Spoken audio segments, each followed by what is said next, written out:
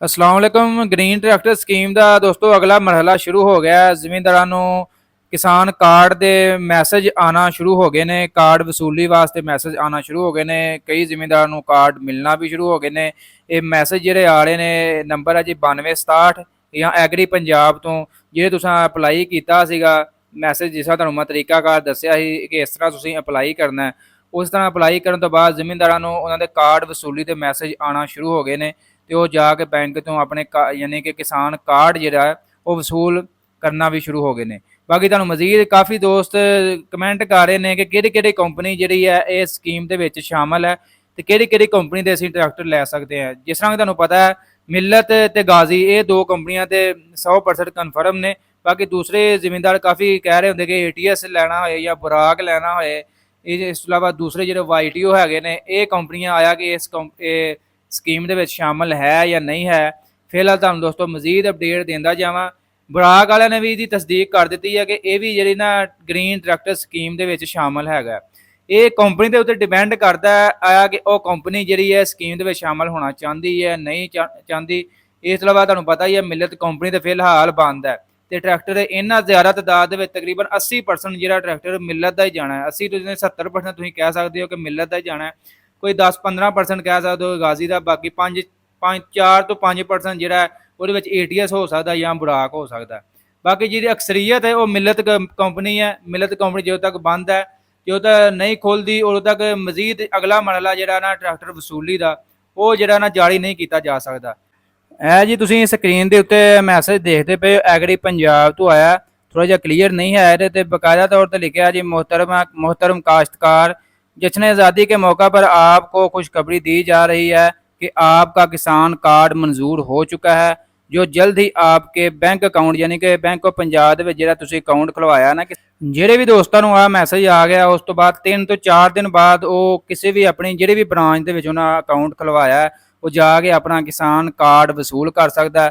ਇਹ ਫਿਲਹਾਲ ਮੈਂ ਕਿਹਾ ਅਪਡੇਟ ਆਈ ਸੀ ਦੋਸਤਾਂ ਨਾਲ ਸ਼ੇਅਰ ਕਰ ਦਈਏ। ਕਾਫੀ ਦੋਸਤ ਸਕਰੀਨਸ਼ਾਟ ਸੈਂਡ ਕਰਦੇ ਪਏ ਨੇ ਜੀ ਇਹ ਅੱਗੋਂ ਅਸੀਂ ਕੀ ਕਰਨਾ ਕਾਹਦਾ ਮੈਸੇਜ ਆਇਆ। ਇਹ ਜੀ ਤੁਹਾਡਾ ਕਿਸਾਨ ਕਾਰਡ ਮਨਜ਼ੂਰ ਹੋ ਗਿਆ ਤੁਸੀਂ ਜਾ ਕੇ ਲੈ ਸਕਦੇ। ਇਸ ਤੋਂ ਇਲਾਵਾ ਜੀ ਕਾਫੀ ਦੋਸਤਾਂ ਦੇ ਇਹ ਵੀ ਸਵਾਲ ਹੈ ਕਿ ਟਰੈਕਟਰ ਕਦੋਂ ਮਿਲਣਾ ਸ਼ੁਰੂ ਹੋਣਗੇ। ਇਹ ਜੀ ਟਰੈਕਟਰ ਤੁਹਾਨੂੰ ਹੁਣੇ ਨਹੀਂ ਮਿਲ ਜਾਣੇ। ਇਹਦੀ ਜੀ ਕੁੜਾ ਅੰਦਾਜ਼ੀ ਹੋਏਗੀ ਤੇ ਜਨਵਰੀ 2025 ਤੋਂ ਜਿਹੜਾ ਨਾ ਇਹ ਟਰੈਕਟਰ ਦੀ ਕੁੜਾ ਅੰਦਾਜ਼ੀ ਹੋਏਗੀ ਤੇ ਜਿਹੜੇ ਵੀ ਖੁਸ਼ ਨਸੀਬ ਹੋਣਗੇ ਉਹਨਾਂ ਨੂੰ ਟਰੈਕਟਰ ਮਿਲਣਾ ਸ਼ੁਰੂ ਹੋ ਜਾਣਗੇ।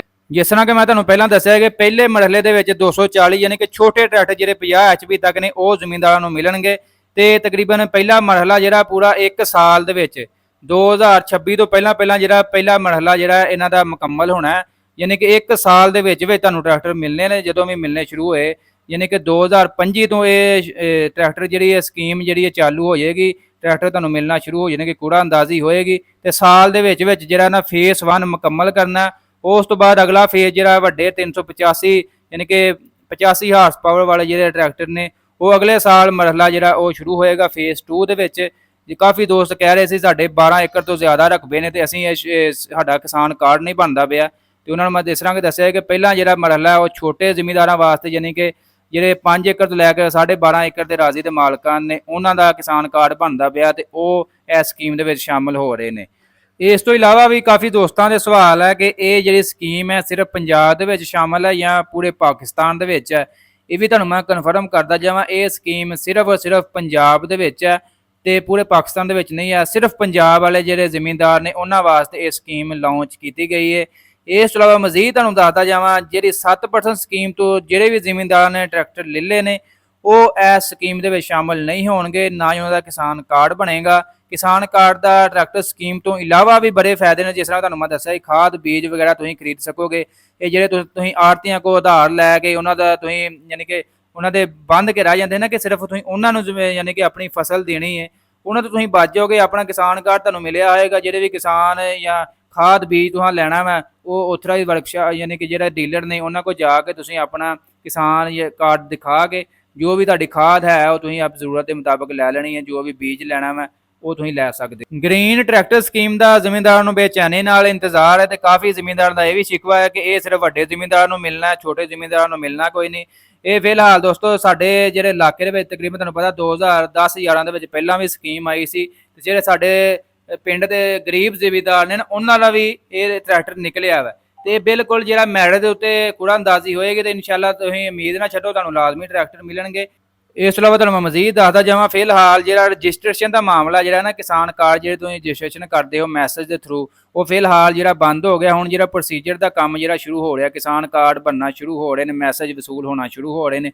ਮਜ਼ੀਦ ਕੋਈ ਵੀ ਅਪਡੇਟ ਹੋਏਗੀ ਤੁਹਾਨੂੰ ਅਪਡੇਟ ਕਰ। ਇਸ ਤੋਂ ਇਲਾਵਾ ਮਜ਼ੀਦ ਬਹੁਤ ਅਹਿਮ ਸਵਾਲ ਹੈ ਕਿ ਕਾਫੀ ਦੋਸਤਾਂ ਦੇ ਕਮੈਂਟ ਸੀ ਕਿ ਜਿਨ੍ਹਾਂ ਦੀ ਮੁਸ਼ਤਰਕਾ ਜ਼ਮੀਨ ਆਇਆ ਕਿ ਉਹ ਵੀ ਇਸ ਸਕੀਮ ਦੇ ਵਿੱਚ ਸ਼ਾਮਲ ਹੈ ਹੀ ਜਾਂ ਨਹੀਂ ਹੈ, ਉਹਨਾਂ ਦੇ ਕਿਸਾਨ ਕਾਰਡ ਬਣਨਗੇ ਨਹੀਂ ਬਣਨਗੇ। ਫਿਲਹਾਲ ਤੁਹਾਨੂੰ ਮੈਂ ਮਜ਼ੀਦ ਕਨਫਰਮ ਕਰਦਾ ਜਾਵਾਂ, ਜਿਨ੍ਹਾਂ ਦੀ ਮੁਸ਼ਤਰਕਾ ਜ਼ਮੀਨ ਹੈ ਉਹਨਾਂ ਦੇ ਕਿਸਾਨ ਕਾਰਡ ਵੀ ਫਿਲਹਾਲ ਨਹੀਂ ਬਣਦੇ ਪਏ। ਆਖਰ ਦੇ ਉੱਤੇ ਤੁਹਾਨੂੰ ਮੈਂ ਗ੍ਰੀਨ ਟਰੈਕਟਰ ਸਕੀਮ ਬਾਰੇ ਦੱਸਦਾ ਜਾਵਾਂ। ਗ੍ਰੀਨ ਟਰੈਕਟਰ ਸਕੀਮ ਜਿਹੜਾ ਪੰਜਾਬ ਦੇ ਜ਼ਿਮੀਂਦਾਰਾਂ ਵਾਸਤੇ ਲਾਂਚ ਕੀਤੀ ਗਈ ਹੈ, ਜਿਹਦੇ ਵਿੱਚ ਛੋਟੇ ਟਰੈਕਟਰ ਜਿਹੜੇ ਜ਼ਿਮੀਂਦਾਰ ਨੂੰ 75%, ਜਦਕਿ ਵੱਡੇ ਟਰੈਕਟਰ ਜਿਹੜੇ ਨੇ 50% ਡਿਸਕਾਊਂਟ ਤੇ ਮਿਲਣਗੇ। ਤੇ ਟਰੈਕਟਰ ਜਿਹੜੇ ਵੀ ਕੰਪਨੀ ਦਾ ਹੋਏਗਾ ਉਹਦਾ ਕਲਰ ਜਿਹੜਾ ਗ੍ਰੀਨ ਹੋਏਗਾ। ਮਜ਼ੀਦ ਕੋਈ ਵੀ ਅਪਡੇਟ ਹੋਏਗੀ, ਵੀਡੀਓ ਅੱਛੀ ਲੱਗੀ ਦੋਸਤੋ ਲਾਈਕ ਸ਼ੇਅਰ ਕਰ ਦੇਣੀ। ਇਨਸ਼ਾਅੱਲਾ ਮਿਲਾਂਗੇ ਜੀ ਨੈਕਸਟ ਵੀਡੀਓ।